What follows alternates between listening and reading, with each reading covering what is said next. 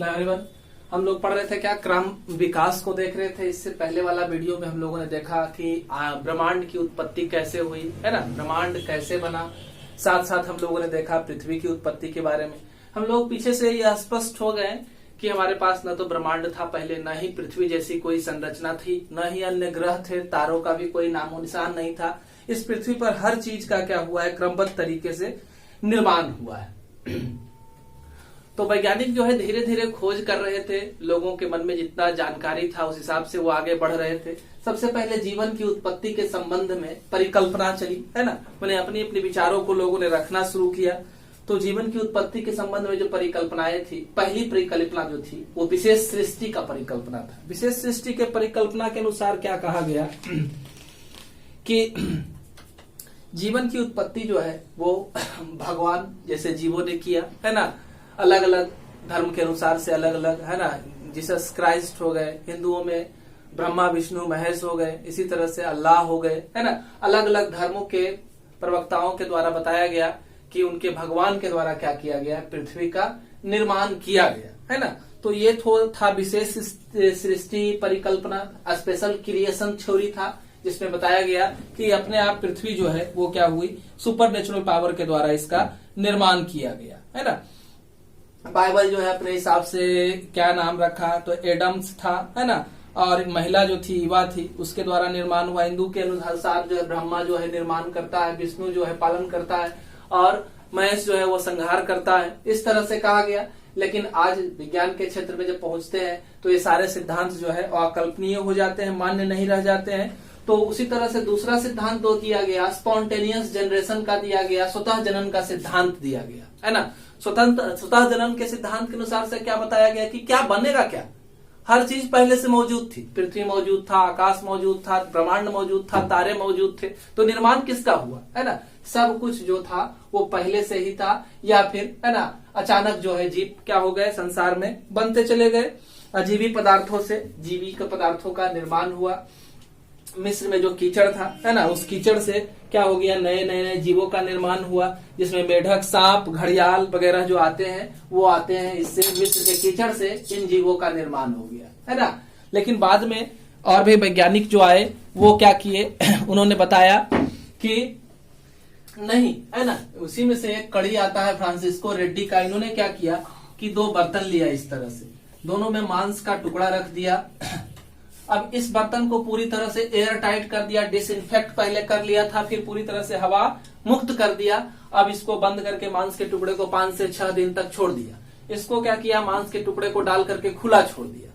तो पाया क्या कि 5 से 6 दिन के बाद इसके अंदर ढेर सारे छोटे बड़े कीड़े मौजूद हो गए थे और इसमें कोई भी कीड़ा नहीं बन पाया था। तो इससे लगा कि अपने आप तो जीव आ नहीं सकता है ना, पहले से मौजूद जीव से ही क्या हुआ, ऊपर में आसपास मौजूद थे तभी इसमें कीड़ों का निर्माण हुआ। अब ये मांस खराब जरूर हो चुका था, खाने के लायक जरूर नहीं था, लेकिन कोई कीड़ा इसमें नहीं बना था। तो इस तरह से स्वतः जनन वाला सिद्धांत को जो है फ्रांसिस्को रेड्डी ने क्या कर दिया, कैंसिल कर दिया। उसी के बाद आया लुईस पास्चर। उन्होंने भी क्या किया कि इस तरह का प्रयोग के द्वारा पोषक तत्वों का घोल तैयार रखा है ना। पोषक तत्वों के घोल को इस तरह से बीकर में, और फिर एक को ट्यूब को टेढ़ा कर दिया, यहाँ बंद कर दिया। पोषक तत्वों को घोल से कोई भी जीव नहीं बना, लेकिन इसी को खुला छोड़ दिया, यहाँ से तोड़ दिया पाइप को इस तरह से। तो क्या हो गया, इसके अंदर जीव का निर्माण हो गया। तो इससे भी अंदाजा लगा कि पहले से मौजूद जीव जो है वही नए जीवों का क्या कर सकता है, निर्माण कर सकता है, अपने से कोई जीव नहीं बन सकते। बीजाणु सिद्धांत उसके बाद आया, कॉस्मोजोइक थ्योरी आया है ना, अर्हेनियस के द्वारा। और इसमें क्या कहा गया, इन्होंने कहा 1903 के आसपास कि जीव की उत्पत्ति है ना, वही पहले जो कह रहे थे कि पहले से मौजूद थे, बीजाणु आसमान से गिरा, आसमान से नए जीवों का निर्माण हुआ है ना। तो ये सब सिद्धांत जो था वो सब गलत हो गया, कोई भी मान्य सिद्धांत नहीं हुआ। फिर प्रकृतिवादी सिद्धांत दिया गया, नेचुरलिस्टिक थ्योरी दिया गया, नेचर के अनुसार से दिया गया। और इसमें बताया गया कि जीवों का निर्माण जो है आदि समुद्र में हुआ है ना। इसमें काफी हद तक चार्ल्स डार्विन का योगदान था। चार्ल्स डार्विन ने भी इस बात को माना, और आज भी हम लोग ऐसा मानते हैं कि आदि समुद्र में ही क्या हुआ, जीवों का निर्माण हुआ है ना। और फिर आदि समुद्र के बाद से जो है और भी वैज्ञानिक आए, रिचर्ड्स ने है इसके ऊपर प्रयोग किया। फिर जो है अब जो है क्या हुआ कि इसके बाद आधुनिक सिद्धांत के अनुसार चले गए हम लोग, इसमें थ्योरी को जोड़ा गया। तो जेबीएस हल्डेन नामक वैज्ञानिक थे और ए.आई. ओपेरन, दोनों का मत लगभग समान था। सबने कहा कि इसमें कोई प्रूफ नहीं था, लेकिन यहाँ आकर के आधुनिक मत में इस आदि समुद्र में सजीवों का निर्माण हुआ, इसका प्रूफ इन्होंने दिया, है ना। तो आदि समुद्र का मतलब क्या कि हम लोग देखें कि सबसे पहला क्या हुआ, तारों का निर्माण हुआ, है ना, तारों का निर्माण हुआ, ब्रह्मांड का निर्माण हुआ। तो तारों के बाद क्या हुआ कि तारों के टूटने से ही क्या हुआ, हमारे ग्रह पृथ्वी वगैरह का निर्माण हुआ। तो जब पृथ्वी वगैरह बनी थी तो उसमें पृथ्वी का तापक्रम जो था लगभग 6000 डिग्री सेंटीग्रेड था, काफी गर्म था। धीरे धीरे वो क्या हुआ, ठंडा हुआ। ठंडा होने के बाद यहाँ पर अभिक्रियाएं चली और तब जाकर के समुद्र का निर्माण हुआ। तो आदि समुद्र में ही नए जीवों का निर्माण हुआ। तो जेबीएस हल्डेन और ए.आई. ओपेरन के सिद्धांत के अनुसार से आदि समुद्र का वातावरण कैसा था, वहां पर रिड्यूसिंग वातावरण था। और आज का वातावरण कैसा है, तो आज का वातावरण ऑक्सीडाइजिंग है ना। तो रिड्यूसिंग वातावरण का मतलब था कि उस समय न तो कोई जीवाणु थे, कोई भी रिएक्शन नहीं होता था, ऑक्सीजन फ्री स्टेट में नहीं था, है ना, तो रिएक्शन कम होता था। तो आदि समुद्र में ही क्या हुआ, शर्करा, एमिनो अम्ल आदि का निर्माण हुआ। धीरे धीरे करके वसा, प्रोटीन और भी दूसरे रसायनों का निर्माण होता गया। अंत में न्यूक्लिक अम्ल बना और तब से पृथ्वी पर क्या हो गया, जीवन का शुरुआत हो गया, है ना, जीवन का क्या हो गया, निर्माण हो गया। ठीक है।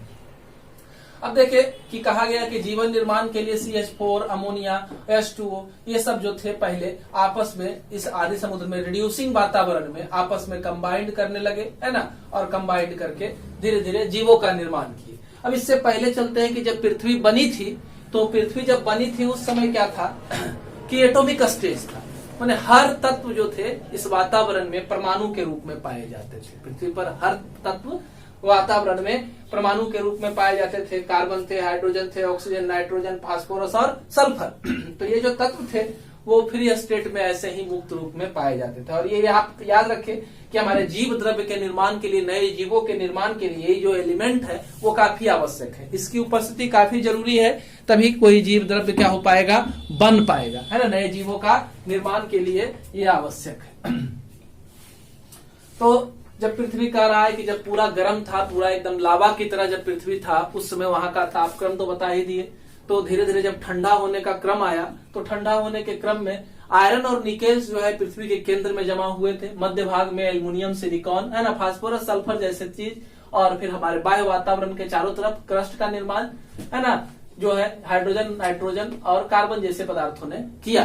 पृथ्वी एक दो दिन में ठंडी नहीं हुई थी, इसको ठंडा होने में लाखों वर्ष लग गया था, क्योंकि लगातार रिएक्शन चलता था।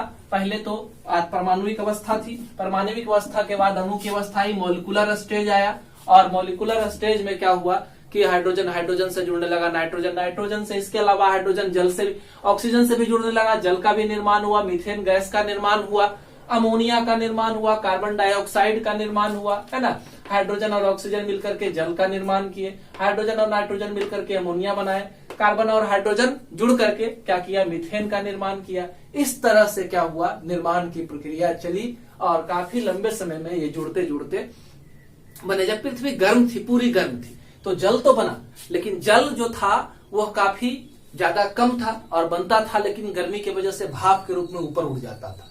लेकिन लगातार अभिक्रियाएं तेज होती रही, लगातार जल का निर्माण होता रहा, काफी ज्यादा मात्रा में जल बना।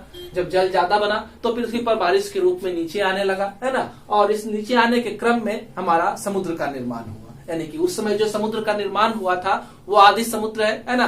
पृथ्वी बिल्कुल खुली हुई थी, ऊपर कोई भी हमारा ओजोन का कवर नहीं था, पराबैंगनी किरणें पृथ्वी पर पहुंचती थी और हमारे समुद्र के ऊपर अटैक करती थी। समुद्र के अंदर ये सब केमिकल लगातार आपस में जुड़ करके अणु, है ना, फिर कार्बनिक रसायन का निर्माण करने लगे थे।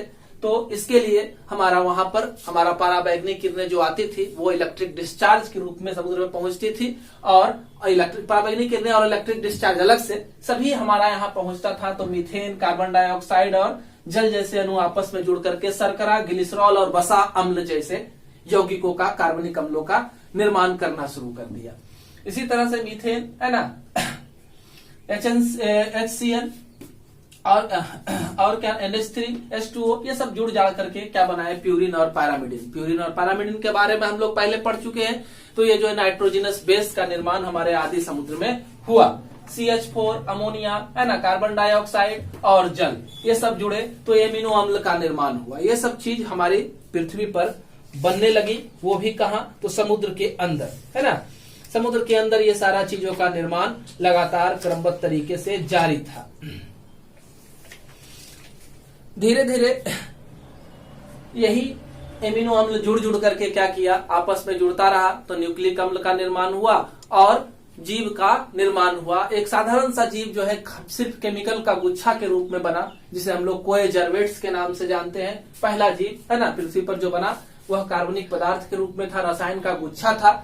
और यह गुच्छा जो था पहले तो वातावरण से ही सोखने का काम करता था कार्बनिक पदार्थों को, है ना, और अपना जीवन को चलाता था, मतलब भोजन पोषण लेता था। ये कार्बनिक पदार्थों को सोख करके यह पोषण को लेने का काम करता था, ठीक है। कोएजर्वेट्स पहला जीव, प्रीबायोन्ट कह सकते हैं इसको, प्रोटोबायोन्ट कह सकते हैं। तो इस तरह से इसका निर्माण हुआ, ठीक है।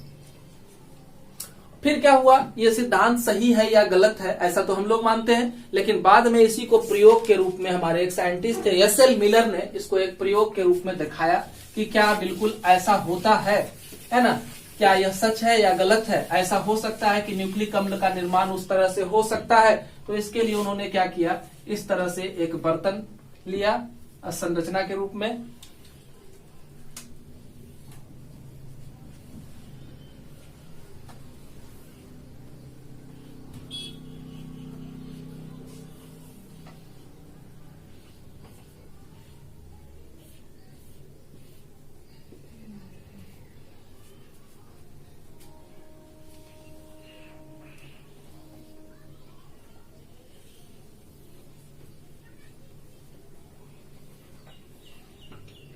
है ना। यहाँ पर इन्होंने क्या रखा, इस तरह का इक्विपमेंट लिया, CH4 रखा, अमोनिया रखा, है ना, वाटर का वेपर रखा, और क्या रखा, तो हाइड्रोजन की कुछ मात्रा रखी, और वाटर को यहाँ रखा वेपर के रूप में।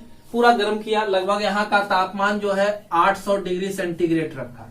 800 डिग्री सेंटीग्रेड के तापक्रम पर ये सारे रसायन जो है आपस में जुड़ने लगे। एस.एल. मिलर का प्रयोग था, और रसायन के जुड़ने से प्रोटीन का निर्माण हुआ, कार्बोहाइड्रेट भी बना। धीरे धीरे लंबे समय तक इसको छोड़ा गया तो हमारा न्यूक्लिक अम्ल का भी निर्माण हुआ। और यहाँ पर जो देख रहे हैं यह पॉजिटिव और निगेटिव दो गो इलेक्ट्रोड रखा, इलेक्ट्रिक डिस्चार्ज को भी दिया गया यहाँ, और टेम्परेचर 800 डिग्री सेंटीग्रेड रखा, है ना। इलेक्ट्रिक डिस्चार्ज वगैरह देने के बाद यहाँ पर न्यूक्लिक अम्ल का निर्माण हो गया। इससे हमें यह साबित हो गया कि आदि समुद्र में भी इस तरह से क्या हुआ था, न्यूक्लिक अम्ल बना, और न्यूक्लिक अम्ल के जुड़ने से ही क्या हुआ, जीवन की शुरुआत हुई, ऐसा माना गया, और जो बिल्कुल सही है।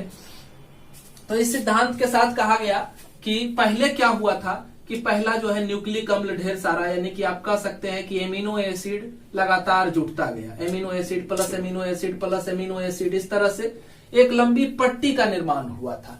इस पट्टी के चारों तरफ फिर क्या हुआ कि और भी एमिनो एसिड आकर के जुटने लगे। तो इसके बाद यह समुद्र से क्या करने लगा, कार्बनिक पदार्थों को सोखने लगा। समय गुजरता गया, इसके चारों तरफ फिर से एक झिल्ली का निर्माण हो गया। तो इस तरह से इसने क्या किया, प्रारंभिक कोशिका का निर्माण किया। प्रारंभिक कोशिका बनी जिसमें केंद्रक नहीं था, तो ये प्रोटोबायोन। लंबा समय के बाद फिर इसके चारों तरफ क्या हुआ कि यह कार्बनिक पदार्थ जमा हुआ, फिर एक झिल्ली का निर्माण हो गया। तो इस तरह से यूकैरियोट का निर्माण हुआ, है ना। तो यह कहा गया हमारे सिद्धांतों के द्वारा, जो हमको पता लगा उसके आधार पर कहा गया कि लगातार एमिनो एसिड के बहलीकरण से एक पट्टी का निर्माण, पट्टी ने फिर द्विगुणन किया, उसके बाद एक और पट्टी का निर्माण, फिर धीरे धीरे लगातार क्लस्टर के रूप में केमिकल का जमाव, और केमिकल के जमाव के बाद नए जीवों का निर्माण हुआ, है ना। इस तरह से हमारा जीव का जो है निर्माण हुआ, ठीक है। तो इस तरह से हम लोग मानते हैं कि पहले प्रोकैरियोट बना, और प्रोकैरियोट जो है प्रोटोबायोट, कह सकते हैं कि पहला जो जीव बना था आज के हमारे जो वायरस है उससे मिलते जुलती संरचना को वो रखते थे, है ना। आज की वीडियो में इतना देखेंगे, फिर अगले वीडियो में देखेंगे। चैनल को सब्सक्राइब करेंगे, लाइक करेंगे, जिससे कि हम आपको और अच्छे वीडियो दे सके।